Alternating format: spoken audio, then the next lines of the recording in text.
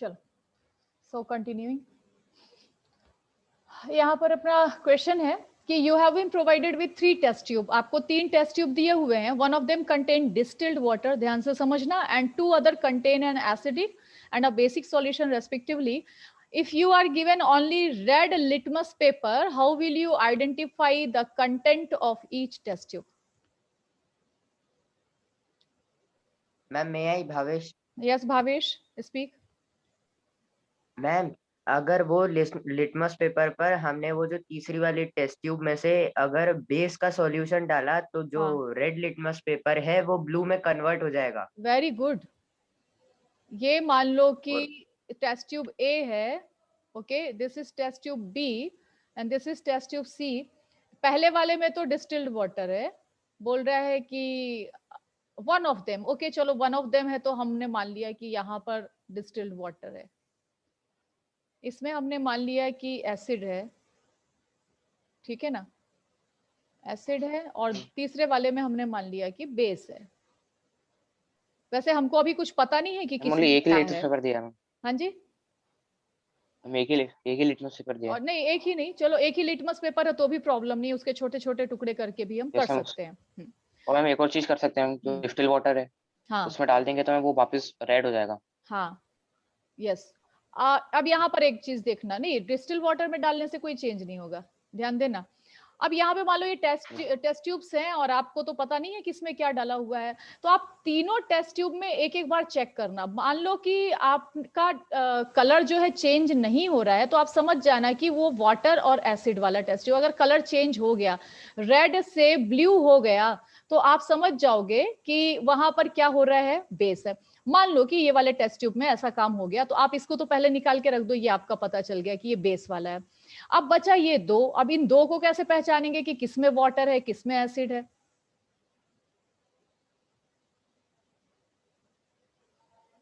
आपका ये जो रेड से ब्लू हो चुका है ना लिटमस पेपर, इस ब्लू वाले लिटमस पेपर को आप एक टेस्ट ट्यूब में डालो, अगर कोई कलर चेंज नहीं हो रहा है आप समझ जाना ये है वाटर. में एसिड में डालेंगे तो रेड हो जाएगा. यस, और अगर Yes, आप ma'am, इसको एसिड में डालोगे तो ब्लू से क्या हो जाएगा, रेड. Very good. और इस तरीके से आप पहचान जाएंगे कि किसमें एसिड है, किसमें बेस है और किसमें डिस्टिल्ड वाटर है. ओके, तो this was the question, this is how we can solve. Next question में आते हैं. So next question is given in page number जो भी हो, this one 22. Yes. Why should curd and sour substances not be kept in brass or copper vessels? खट्टी चीजें हैं, दही है या खट्टी चीजें हैं, उनको ब्रास, पीतल या कॉपर के बर्तन में क्यों नहीं रखना चाहिए, पीतल या तांबे के बर्तन में नहीं रखना चाहिए. वो किसी रिएक्ट कर क्योंकि जाएगा. एसिड रिएक्ट कर लेगा. कौन सी रिएक्शन हो रही है और क्या बनेगा, डिस्प्लेसमेंट रिएक्शन. डिस्प्लेसमेंट रिएक्शन है. मेटल है, किसके साथ रिएक्ट कर रहा है, एसिड के साथ रिएक्ट कर रहा है, क्या बनेगा, सॉल्ट बना लेगा. और क्या बना लेगा, हाइड्रोजन गैस. हाइड्रोजन गैस तो निकल चलेगी, लेकिन पीछे जो सॉल्ट बनेगा इट मे बी टॉक्सिक. ये टॉक्सिक भी हो सकता है, टेस्ट तो खराब हो ही जाता है, आप रख के देखना टेस्ट तो पूरा खराब हो ही जाएगा, but it may be toxic also. इस वजह से ऐसी चीजों को, एसिडिक चीजों को हमको मेटल के साथ में कंबाइन करके नहीं रखना चाहिए. ओके, तो ये बताओ कि मान लो मेटल में रखना ही है तो कौन सा मेटल सही रहेगा फिर चटनी रखने के लिए. Ma'am less reactive. Ma'am aluminium. Oh no, not aluminium, very reactive. सोना या चांदी, सोने या चांदी की डिब्बी बनवा लो, उसी में चटनी भर के लेकर के जाना, अदरवाइज कोई काम करेगा नहीं, सब रिएक्ट कर जाएंगे. ठीक है,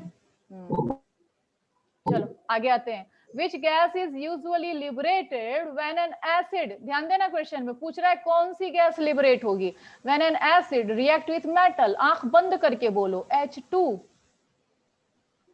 okay, illustrate with an example. चलो लो कर देते हैं. लो मेटल ले लो, एसिड ले लो, HCl ले लो, क्या बना, NaCl.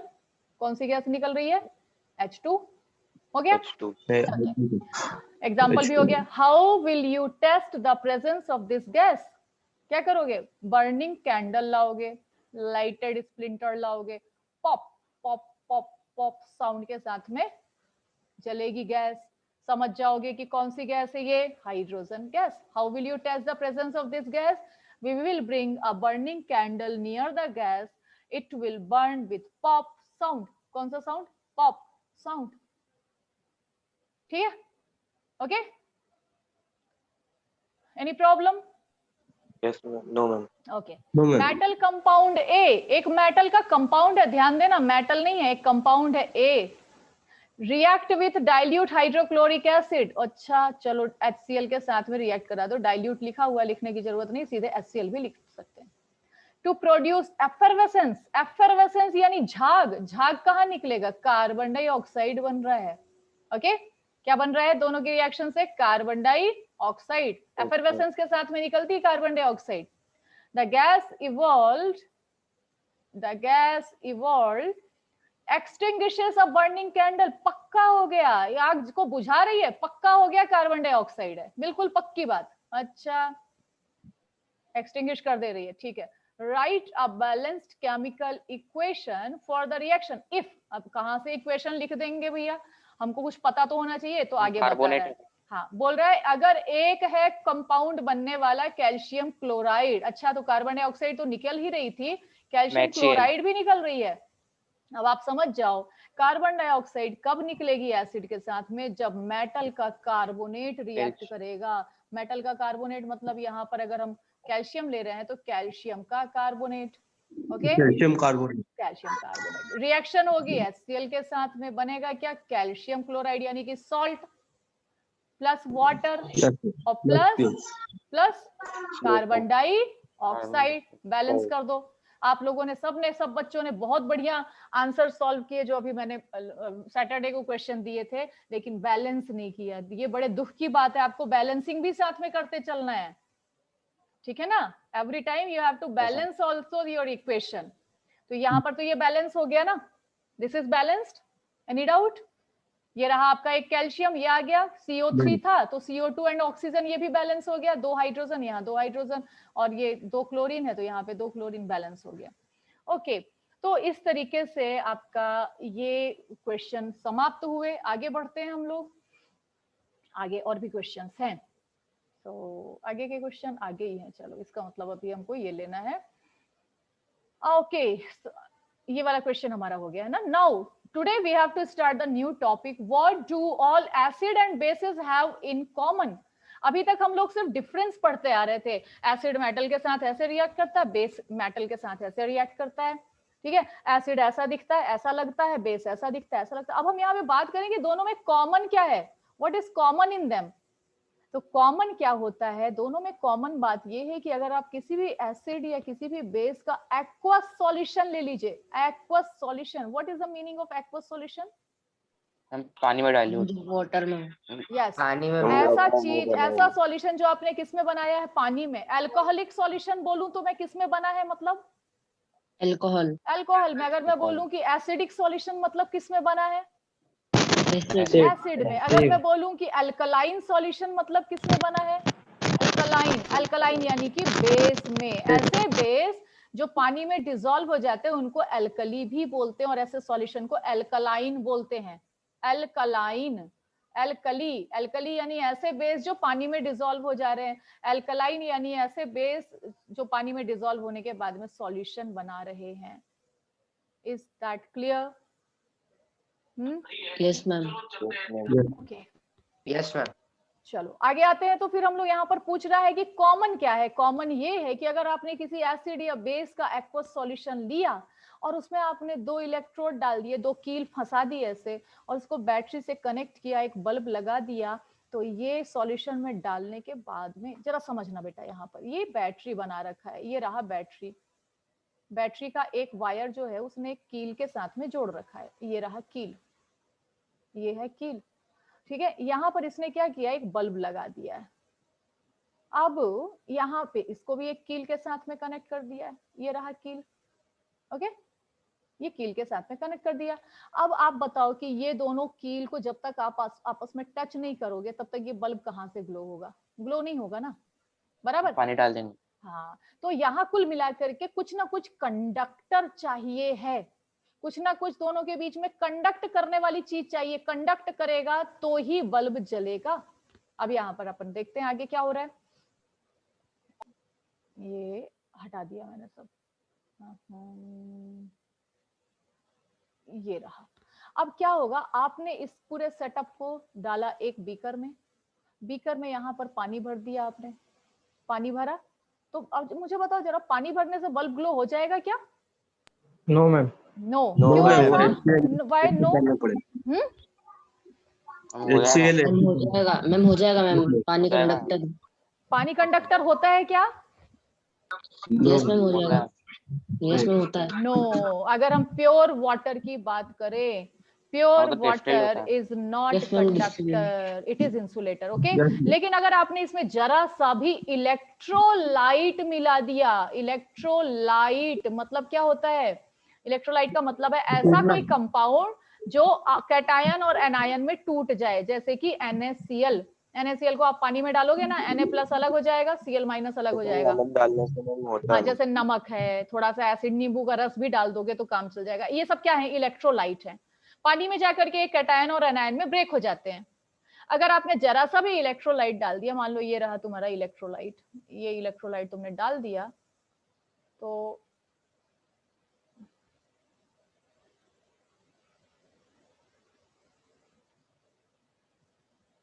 ये सपोज तुम्हारा इलेक्ट्रोलाइट तुमने डाल दिया, तो ये क्या करेगा अब? Now it will immediately conduct the electricity. अब ये इलेक्ट्रिसिटी का कंडक्शन स्टार्ट कर देगा। ठीक है,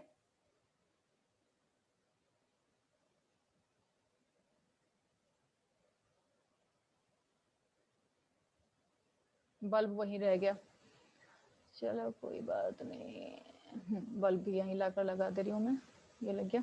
ओके, अब यहां पर मेरी बात को समझना कि अगर आप एसिड या बेस डालते हैं इसमें ना, तो ये इलेक्ट्रिसिटी का कंडक्शन स्टार्ट कर देता है। कंडक्शन स्टार्ट कर रहा है, यही चीज है जो इनमें कॉमन है कि एसिड और बेस दोनों के aqueous solution they conduct electricity, they conduct electricity. Is that clear? Yes ma'am. Yes ma'am. ठीक है, यहाँ पे पूरी ड्राइंग में क्लियर कर रही हूँ, आगे बढ़ते हैं। तो ये आपका आज का नया कॉन्सेप्ट है। अब यहाँ पर हम बात करते हैं कि ये वाटर में जाकर के ऐसा कौन सा काम कर देते हैं कि इलेक्ट्रिसिटी का कंडक्शन चालू हो जाता है। कहने का मतलब ये है कि अगर आप पानी में शक्कर डालिए तो बल्ब ग्लो नहीं करेगा, अगर आप पानी में थोड़ा सा एसिड डाल दीजिए तो बल्ब ग्लो कर जाएगा। ऐसा क्या हो रहा है? तो यहाँ पर एक्चुअली हम लोगों को यहाँ पर ये पढ़ना है कि जब ये पानी में जाता है तो एक्चुअली होता क्या है। ठीक है ना, तो इसका क्या होता है, उसके लिए मैंने कल एक वीडियो निकाला था, तो जस्ट थोड़ा सा मुझे समय दो तो मैं निकाल दूँ ये वीडियो को। सो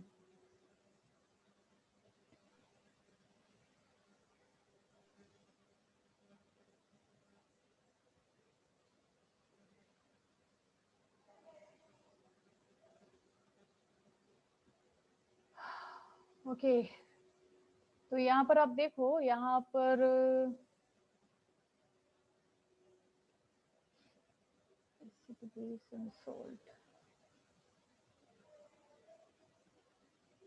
ओके ठीक है, ये वीडियो यूनिवर्सल इंडिकेटर का है, कोई बात नहीं। यहाँ पर मैं आप लोगों के लिए शेयर करती हूँ अब एक दूसरी चीज।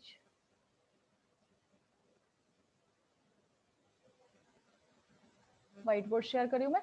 होगा क्या यहाँ पर वो मैं आपको बता रही हूँ। एक एसिड है, एसिड, कुछ एसिड्स के एग्जांपल लिख रही हूँ मैं यहाँ पर, जैसे कि एसिड्स। ओके, इनके एग्जांपल्स यहाँ पर मैं ले रही हूँ। HCl, एक आप ले लीजिए H2SO4, दूसरा आप ले लीजिए, तीसरा आप ले लीजिए HNO3, चौथा आप ले लीजिए CH3COOH, और एक आप लास्ट ले लीजिए, दैट इज CH3COH के बाद में आप ले लीजिए H2CO3। ठीक है बेटा, इसमें से आपको ये याद रखना है कि ये जो तीन हैं ये स्ट्रॉन्ग एसिड हैं। ये क्या है? तीनों स्ट्रॉन्ग एसिड हैं। और बाकी के, लेकिन अभी रुक जाओ, ये स्ट्रॉन्ग एसिड का कॉन्सेप्ट मैं बाद में लूंगी, अभी मैंने जिसके लिए यहाँ स्क्रीन शेयर किया वो मैं बता रही हूँ। अब पानी में क्या होगा? इन वाटर, पानी में जाते ही साथ में ये क्या काम करेंगे? ये क्या काम करेंगे कि ये सबसे पहले अपना H+ छोड़ देंगे। ये HCl है ना, तो ये H+ अपना छोड़ेगा तो ये H+ अलग हो गया, तो पीछे क्या बचा? पीछे Cl- बचा। ठीक है, H2SO4 है, अपना पूरा हाइड्रोजन निकाल देगा। तो ये कितना निकालेगा हाइड्रोजन? 2H+, क्योंकि ये जो H2SO4 है ना, ये डाइबेसिक एसिड है। डाइबेसिक एसिड यानी इसके पास 2 हाइड्रोजन है, ठीक है। और पीछे क्या बचेगा? पीछे बचेगा SO4 यानी सल्फेट आयन। कितना चार्ज आएगा? हमको तो चार्ज याद नहीं रहता है भाई। कितना हाइड्रोजन आपने निकाला उतना ही नेगेटिव चार्ज आएगा। जैसे दो एक नेगेटिव इलेक्ट्रॉन निकलता है तो पीछे एक पॉजिटिव चार्ज आता है, 2 नेगेटिव इलेक्ट्रॉन निकलता है तो 2 पॉजिटिव चार्ज पीछे बचा रह जाता है। ऐसे ही H2SO4 में से आपने एक H+ निकाला, पीछे एक नेगेटिव चार्ज, 2 H+ निकाला, पीछे 2 नेगेटिव चार्ज। कोई दिक्कत नहीं। चलो HNO3 चलो आगे आप ही बोलो क्या बनाऊं मैं, यहाँ पे क्या लिखूं? H+,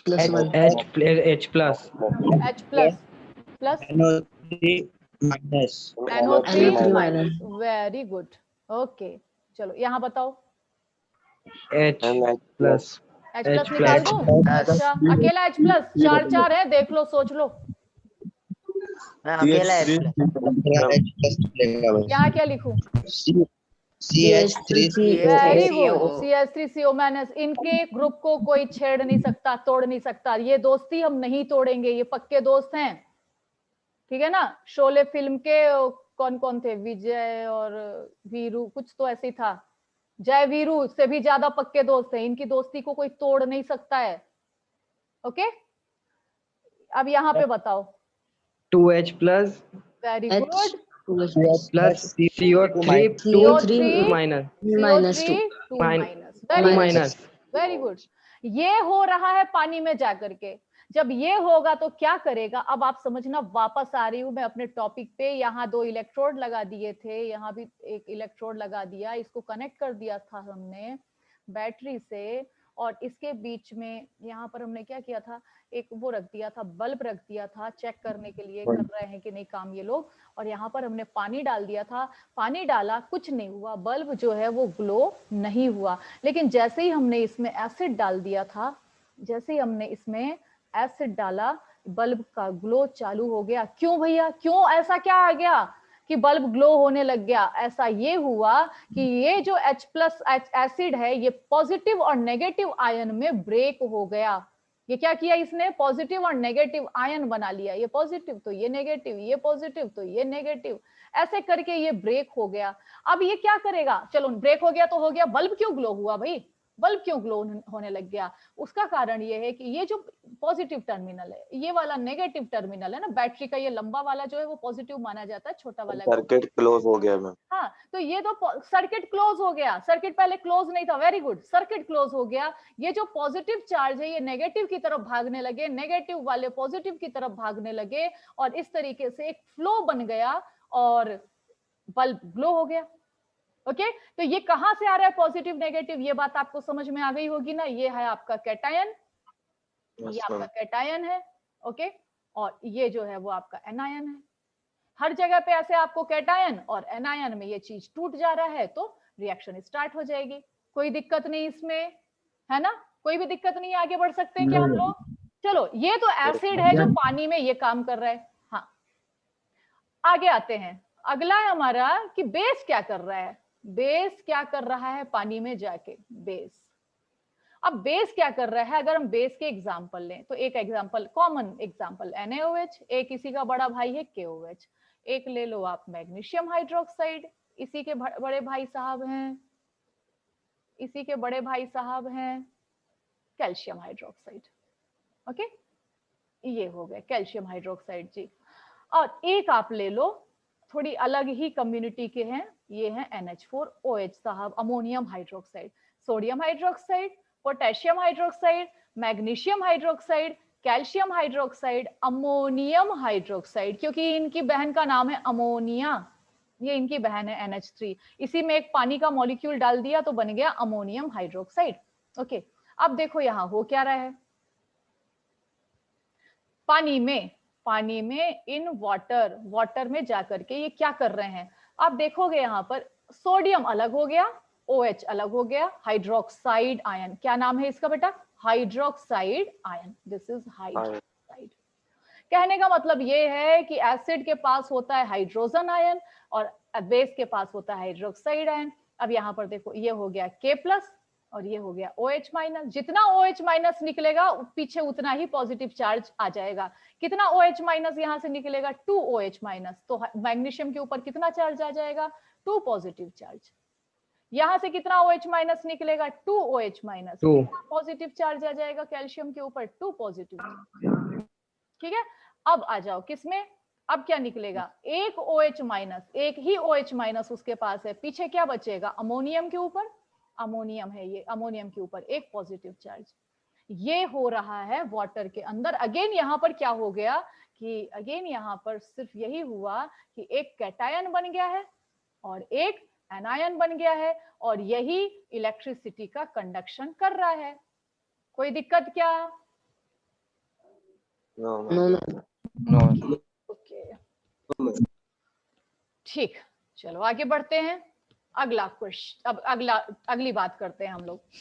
अगली बात ये है, एक बहुत इंपॉर्टेंट बात है। हम लोगों ने ये देखा कि एसिड वाटर में जाकर के टूट जाता है, तो छोटी सी बात है, इसको जरा समझना। जब ये एसिड वाटर में जाएगा ना, एक एग्जांपल लेते हैं HCl का। ये HCl है और ये पानी में गया, पानी में जाकर के इसने बनाया H+ और इसने बनाया Cl-। अब इस छोटे से नन्हे से H+ आयन की दुख भरी कहानी सुनो। कहानी ऐसी, इसका बैकग्राउंड, इसकी हिस्ट्री क्या है कि ये एक हाइड्रोजन एटम हुआ करता था जिसके पास था एक इलेक्ट्रॉन। अगर हम इसका घर का स्ट्रक्चर देखें तो ये कुछ इस प्रकार का था, ये कुछ इस प्रकार का था। इसके पास एक इलेक्ट्रॉन हुआ करता था। ये रहा एक इलेक्ट्रॉन। एक इलेक्ट्रॉन लेकर के ये यहाँ वहां घूमता फिरता था कि भाई कोई या तो मेरा एक इलेक्ट्रॉन ले लो या मेरे को एक इलेक्ट्रॉन दे दो। किसी ने दिया, मेटल थे जो लोग, तो मेटल का देने का स्वभाव होता है, उन लोगों ने दे दिया। लेकिन ये नॉन मेटल टाइप के लोग इसके साथ में बॉन्डिंग करके बैठ गए। लेकिन जब इन्होंने देखा पानी, वाओ, तो ये अपना सारा बॉन्डिंग भूल गए और इसका जो अकेला एक इलेक्ट्रॉन था इसको छुड़ाया तो क्या आ गया? नेगेटिव चार्ज आया और चलते बने। अब ये जो हाइड्रोजन है ये किस में कन्वर्ट हो गया? H+ आयन में। अब इस बेचारे के पास 0 इलेक्ट्रॉन है। ऐसा एटम जिसके पास इलेक्ट्रॉन ही नहीं है, बस एक न्यूक्लियस लेकर के घूम रहा है बेचारा। उसके न्यूक्लियस में एक प्रोटॉन है, बस उसके न्यूक्लियस में सिर्फ क्या है? एक प्रोटॉन है। ये छोटा सा प्रोटॉन, न्यूट्रॉन तक नहीं है। ये अकेला एक प्रोटॉन का स्ट्रक्चर यहाँ वहां मारा घूम रहा है। इसीलिए कई बुद्धिमानों ने इसका एक और नाम रख दिया। इस H+ आयन को प्रोटॉन भी कहा जाता है। क्या कहा जाता है? प्रोटॉन। क्यों कहा जाता है ये आपको समझ में आ गया होगा, क्योंकि इसके पास कुछ है ही नहीं। इसके पास एक इलेक्ट्रॉन हुआ करता था, वो इलेक्ट्रॉन ही नहीं है तो शेल किस बात की। अब इसके पास क्या बचा हुआ है? सिर्फ एक न्यूक्लियस बचा हुआ। उस न्यूक्लियस के अंदर कौन है? एक प्रोटॉन बस बचा हुआ है, सिर्फ ये इतना बचा हुआ है। और ये है H+ आयन का स्ट्रक्चर। इस वजह से इसको क्या बोल दिया जाता है? प्रोटॉन भी बोल दिया जाता है। तो आपको कंफ्यूज नहीं होना है। कभी कोई तुमसे बोल दे ये HCl कितने प्रोटॉन देगा, तो आप बोल लो, आप ये मत बोलने लगना भैया प्रोटॉन तो न्यूक्लियस के अंदर होता है, वो कौन देने लगा, वो तो उसके अंदर ही होता है। नहीं, प्रोटॉन देगा। एसिड प्रोटॉन का मतलब यहाँ किससे है? H+ से है। Is that clear? Yes ma'am. तो इसको प्रोटॉन भी बोला जाता है, इसको H+ आयन भी बोला जाता है। ये इसके कुछ नाम है। अब ये दुखियारा बेचारा, जिसका कोई बेचारा क्या करेगा? एक प्रोटॉन लेकर के घूम रहा है, तो ये क्या करेगा? ये जाएगा, जैसे वाटर को देखेगा ना तो ये बोलेगा भाई तेरे कारण ही हमारा HCl के साथ में बॉन्डिंग टूटी है, तू हमारे को कुछ सहायता कर। तो इसका जो वाटर का ऑक्सीजन है ना, ये बोलेगा आ जाओ भाई, मेरे पास में क्या है, थोड़े एक्स्ट्रा इलेक्ट्रॉन पड़े हैं, आ जाओ, अगर तुमको आना ही है चलो आ जाओ।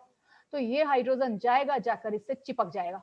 जब ये चिपकेगा इससे तो ये वाटर जो है अब कहलाएगा H3O, और इसका जो पॉजिटिव चार्ज है वो तो कहीं जाने वाला नहीं है, वो इसी के ऊपर आ जाएगा। इसका नाम है हाइड्रोनियम आयन। क्या नाम है इसका? Hydronium ion. कैसे बना?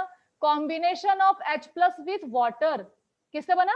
Combination of H+ with water. क्यों? क्या जरूरत थी कॉम्बिनेशन करने की? ये बेचारा मारा फिर रहा था। इसका हकीकत तुम लोगों को बताओ, इसका अपना कोई एग्जिस्टेंस ही नहीं है अकेले का। ये हमेशा रहेगा तो किसके साथ रहेगा? वाटर के साथ ही रहेगा। इस वजह से कहीं कहीं पर आपको ये एक नया शब्द भी सुनने को मिलेगा जिसका नाम है हाइड्रोनियम आयन। अब अगर आपको कोई पूछे कि भैया बताओ, यहाँ पर मैं कुछ चीजों को डिलीट कर देती हूँ।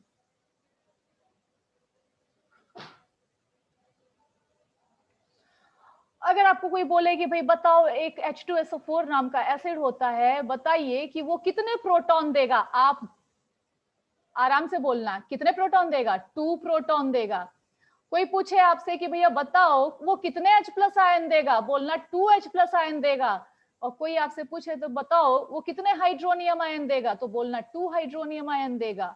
तो ये कहने का मतलब ये है मेरा, ये सब एक ही बात है, ये सब एक ही बात है। क्यों? क्योंकि ये हाइड्रोजन आयन क्यों है ये तो आपको समझ में आ गया। इसको प्रोटॉन क्यों बोला ये भी समझ में आया। हाइड्रोनियम आयन कौन सी नई बला है, तो एक्चुअली ये जो H+ आयन है ये अकेला नहीं रहता, ये वाटर के साथ मिल करके हाइड्रोनियम आयन बना करके ही रहता है। तो आप ये समझ लो, किसी वाटर के सैंपल में जितने H+ आयन है, समझ जाओ एक्चुअली वो क्या है, हाइड्रोनियम आयन है, क्योंकि अकेला नहीं रहता है।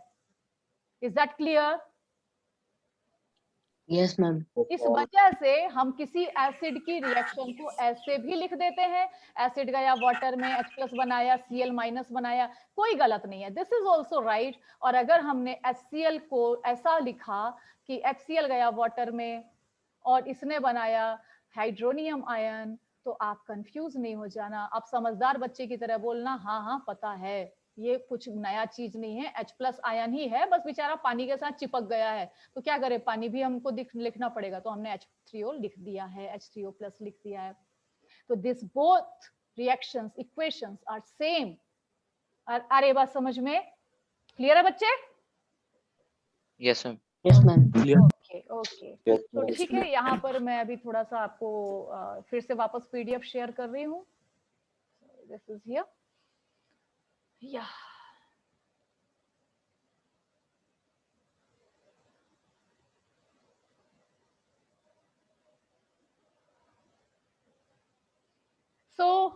यहाँ पर आ जाओ आप। तो यहाँ पर हमने ये देखा कि इन लोगों का क्या होगा, कॉमन क्या है, और दूसरा कि जब ये पानी में जाते हैं तो क्या होता है। तो ये आपको बात समझ में आ गई होगी कि ये होता है, ये कैटायन और एनायन में ब्रेक हो जाते हैं। एसिड अपने H+ दे देता है, बेस अपने OH- दे देता है। ओके, और अब हम लोग आते हैं ऑल। अब यहाँ पे एक डू यू नो बहुत इंपॉर्टेंट फैक्ट है जो अभी अभी मैंने आपको डिस्कस भी किया। All bases do not dissolve in water and alkali is a base that dissolve in water. मतलब हम ये बोल सकते हैं कि all bases are not alkali but all alkalis are base. जितने भी एल्कली है वो बेस है, क्योंकि एल्कली क्या है, वो बेस जो वाटर में जाकर डिसॉल्व हो जाते हैं। ठीक है ना। They are soapy to touch, bitter and corrosive, never taste और touch them as they may cause harm. And which of the bases in the 2.1 are table 2.1 are alkali? 2.1 यानी कि पीछे जाना पड़ेगा हम लोगों को ये टेबल देखने के लिए। ओके, तो यहाँ पर हम लोगों को एक्चुअली ये लैब में चेक करना है। यहाँ पर अगर हम देखें तो ये सारे के सारे डिसॉल्व हो जाएंगे, सब डिसॉल्व होते हैं पानी में। कैल्शियम हाइड्रोक्साइड भी, सोडियम हाइड्रोक्साइड भी, पोटेशियम हाइड्रोक्साइड, मैग्नीशियम हाइड्रोक्साइड और ammonium hydroxide. So they all are alkali because these bases get dissolve in water. तो जितने भी बेस वाटर में डिसॉल्व हो जाएं, आप समझ जाइएगा कि वो क्या है, वो है एल्कली। और जो वाटर में डिसॉल्व नहीं हो पाए उनको आप एल्कली नहीं बोलोगे, बट वो बेस हैं, still they are base. Okay, तो ये कहानी हुई इनकी। अगली कहानी इनकी चालू होती है यहाँ पर कि भाई ये ध्यान रखना, कभी भी आप एसिड में, एसिड वाटर एंड एसिड को मिलाना है तो कभी भी आपको एसिड में पानी नहीं डालना चाहिए। क्वेश्चन है ये, इंपॉर्टेंट क्वेश्चन है, पूछेगा आपको कि ये एसिड है, ये एसिड है, आपको बोलेगा भैया इसको डाइल्यूट कर दो। यहाँ पर आपने एसिड ले रखा है, बोलेगा कि भाई साहब इसको डाइल्यूट कर दीजिए, डाइल्यूट कर दीजिए। तो आप इसको डाइल्यूट कर, पूछोगे डाइल्यूट करना क्या होता है। डाइल्यूट करने का मतलब होता है एडिशन ऑफ वाटर, पानी मिला देना। शरबत बनाया, बड़ा मीठा शरबत बन गया, ज्यादा शक्कर हो गई, तो क्या कर दोगे, पानी मिला करके उसको बैलेंस करोगे ना, केमिस्ट्री की भाषा में बोलेंगे डाइल्यूट कर दिया उसको। अरे बात समझ में? हाँ, डाइल्यूट कर दिया।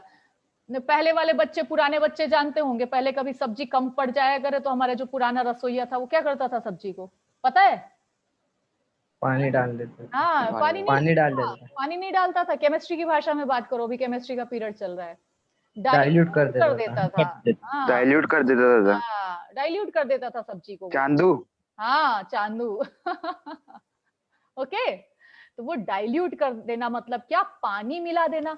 तो कभी भी अगर जो एसिड लिया और एसिड में अगर तुमने पानी मिलाया तो तुम्हारी खैर नहीं, क्योंकि ये इतनी हीट फेंकता है कि ये रिएक्शन हाईली एक्सोथर्मिक होती है और हाईली विगरस रिएक्शन होती है। इतनी खतरनाक रिएक्शन होती है कि पहले तो ये उछलकर तुम्हारे ही मुंह में पड़ेगा और फिर कुछ बचा खुचा रहेगा तो ये टेस्ट ट्यूब को फोड़ देगा। इतनी ज्यादा खतरनाक रिएक्शन होती है। So never add water into acid. अगर तो कैसे करें भाई, डाइल्यूट करना है तो तरीका है, क्या तरीका है? तरीका ये है कि ये ले लिया एक बड़ा सा डिश, बर्तन लिया कांच का, उसमें ठंडा पानी भर दिया। अब इसमें लिया एक बीकर लिया, इस बीकर में डाला पानी। कितना पानी मिलाना है पहले से बीकर में डाल दिया। अब एक टेस्ट ट्यूब लिया, इस टेस्ट ट्यूब में ले लिया एसिड और इसमें से टेस्ट ट्यूब में से एसिड को धीरे धीरे इसकी दीवार के सहारे गिराते गए। इधर लिया एक स्टीरर, दूसरे हाथ से स्टीरर यानी कि ग्लास की रॉड को हिलाते गए और इसको मिलाते गए। तो जितनी भी हीट निकलेगी, इसमें से जो निकलने वाली हीट है, ये देखो ये हीट निकल रही है, ये निकल रही है हीट, ये हीट दिख ही नहीं रही है, ये रही हीट। ये जितनी भी हीट निकलेगी, ओके, ये हीट क्या करेगी, ये पानी में फैलती जाएगी। ठीक है, इस तरीके से ये एक सेफ तरीका रहेगा एसिड को डाइल्यूट करने का। अदरवाइज एसिड को आप डाइल्यूट अगर एसिड में वाटर मिला के किया तो it is very risky.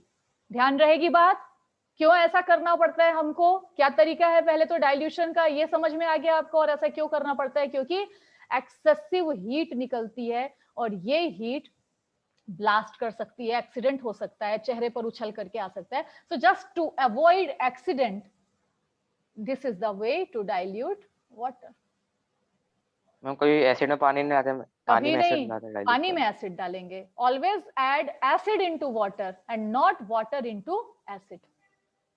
Okay हाँ जी मैम, जो टॉयलेट साफ करने वाला आता है उसमें तो पानी मिलाते तो कुछ नहीं होता? नहीं बेटा, वो एक्चुअली क्या है, वो बहुत डाइल्यूट, ऑलरेडी डाइल्यूट एसिड है, दैट इज नॉट कॉन्सेंट्रेटेड। यहाँ बात किसकी हो रही है, प्योर एसिड की, कॉन्सेंट्रेटेड एसिड की बात हो रही है एक्चुअली, है ना। तो ये जो एसिड लिया ना हमने, ये कैसा एसिड है, कॉन्सेंट्रेटेड एसिड है, that's why. So is that clear, ये चीज भी आपको क्लियर हुआ बच्चे? चलो यहाँ पर थोड़ा सा समय हमारे पास बचा है, जब तक हम लोग ये क्वेश्चन सॉल्व कर लेते हैं। Why do HCl, HNO3, etc. show acidic character in aqueous solution while solution of compound like alcohol and glucose do not show acidic nature? हाँ, एक बहुत इंपॉर्टेंट एक्टिविटी रह गई, चलो ये क्वेश्चन तो हम लोग कल कर लेंगे। ये इंपॉर्टेंट एक्टिविटी को आप समझ लो। क्या किया, थोड़ा सा सोडियम क्लोराइड लिया ड्राई टेस्ट ट्यूब में और उसमें कॉन्सेंट्रेटेड H2SO4 डाला, तो जो रिएक्शन है वो कुछ इस प्रकार की होगी, कुल मिलाकर के उसमें से HCl गैस निकलेगी। रिएक्शन कुछ ऐसी होगी। क्या लिया अपन ने, NaCl लिया ना, ये रहा NaCl, इसमें डाला आपने H2SO4, तो क्या होगा, H2SO4 डाला तो रिएक्शन कैसी होगी कि यहाँ पर बन जाएगा Na2SO4 और साथ में बनेगा HCl गैस। अब ये जो HCl है ना, ये गैस के फॉर्म में रहेगा। ये टेस्ट ट्यूब से बाहर निकल करके आ रही है गैस, चलो बनाने की जरूरत नहीं है, यहाँ पर आ रही है, बाहर निकल करके ये गैस आ रही है। ये देखो यहाँ डिलीवरी ट्यूब लगा दिया और यहाँ पर गैस निकल रही है। अब जब ये गैस निकल रही थी तो यहाँ पर दो टाइप के लिटमस पेपर लाए। पहले लिटमस पेपर लाया एक, भाई HCl है, HCl से ही एसिड बनता है, तो ये HCl तो एसिडिक होना चाहिए। तो क्या किया, यहाँ पर ब्लू कलर का लिटमस पेपर लाया। तो ब्लू कलर का लिटमस पेपर के ऊपर ये गैस पड़ रही है, लेकिन ये ब्लू से रेड नहीं हो रहा है, ये ब्लू से रेड नहीं हो रहा है। तो बड़ा आश्चर्य हुआ साइंटिस्ट को, ये क्या हो रहा है। उसने क्या किया, ब्लू लिटमस पेपर जो लिया था ना, उसको गीला कर दिया पानी में। पानी में गीला करते ही साथ में इस HCl गैस ने इसको क्या कर दिया, रेड कर दिया। आप समझना, ड्राई लिटमस पेपर जो है वो ड्राई ब्लू लिटमस पेपर को HCl गैस चेंज नहीं कर पाई, लेकिन जैसे ही आपने उस ब्लू लिटमस पेपर को पानी में भिंगा दिया, गीला कर दिया, और फिर जब HCl गैस आई तो उसने उसको रेड कर दिया। क्यों ऐसा हुआ होगा, बता सकते हो क्या? क्योंकि जब तक पानी नहीं था HCl था, लेकिन जैसे ये वाटर के कांटेक्ट में आया, वाटर कहां मिला उसको, लिटमस पेपर में, ये जो HCl है ये H+ और Cl- में टूट गया, और इस H+ ने एक्चुअली इस ब्लू लिटमस पेपर को रेड किया है। जब तक उसको H+ नहीं मिलेगा लिटमस पेपर पे रिएक्शन नहीं होगी। तो आप ये Yes, समझना कि ये जो एसिड है ना, ये तब तक एसिड नहीं है जब तक इसको वाटर नहीं मिला। इसकी एसिडिटी कहाँ शो होगी, वाटर में। सोडियम हाइड्रोक्साइड ले लो आप, सूखा सोडियम हाइड्रोक्साइड का क्रिस्टल ले लो और उसमें लिटमस पेपर को डाल दो, वाटर का कांटेक्ट ना होने पाए, लिटमस पेपर में कोई चेंज नहीं होगा। पर आप उसी में पानी मिला दो और फिर आप रेड लिटमस पेपर को डालो तो ये रेड को क्या कर देगा, ब्लू कर देगा। So without water N acid is not acid, without base a base is not base, it will not show its acidic or basic behavior। ठीक है, तो वाटर होना जरूरी है। ये इतनी बात रह गई थी, क्वेश्चन आंसर हम कल सॉल्व करेंगे। Okay Yes, ma'am. yes.